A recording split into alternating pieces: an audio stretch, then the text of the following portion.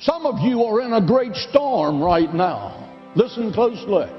God didn't promise smooth sailing, but He did promise that you're going to reach the other side. Some of you have lost your jobs. Some of you are going through marriage crisis.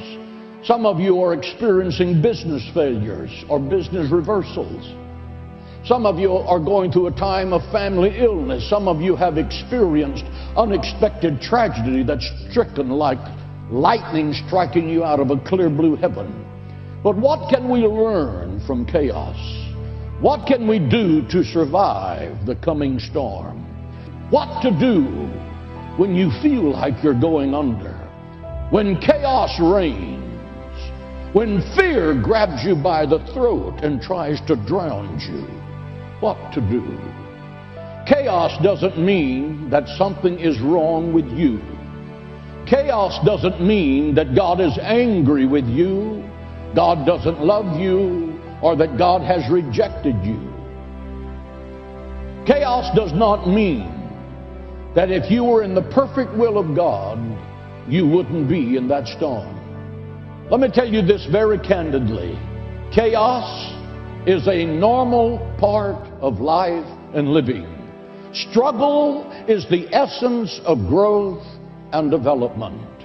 A mighty oak begins with a little seed that is planted in the soil and fights its way up only to face the winds, the rain, the snow, the blazing sun, and endless adversity year after year to become a beautiful, magnificent oak tree.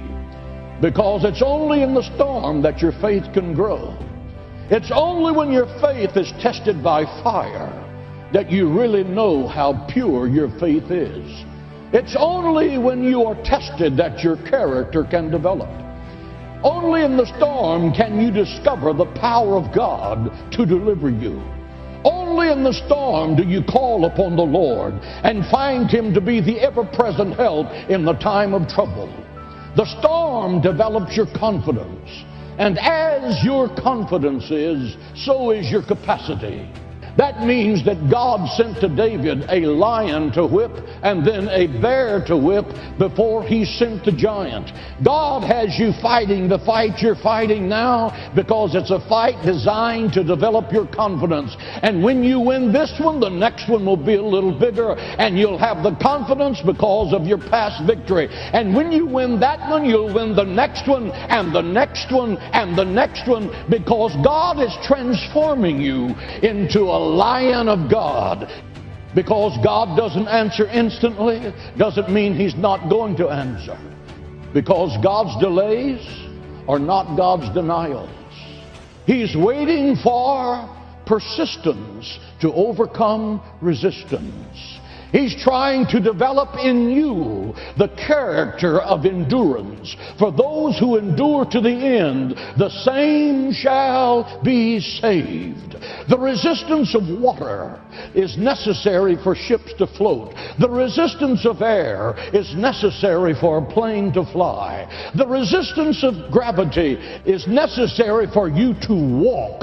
God puts you through a struggle to develop you into who you're going to be in the kingdom of God. God used no one until He put them through the university of adversity before He allowed them to be a leader in the kingdom of God. You will have your adversity. You will reach the other side. But God is going to make a champion of grace out of every one of you. Listen to me. When you focus on the threat, you will experience fear. When you struggle, when you go through adversity, think about the possibility that God is using your struggle and your adversity. Every opportunity has difficulty, and every difficulty has opportunity. It's only when you come to grips with the difficulty that you will realize your potential. Stop looking at your circumstance and start looking at your opportunity.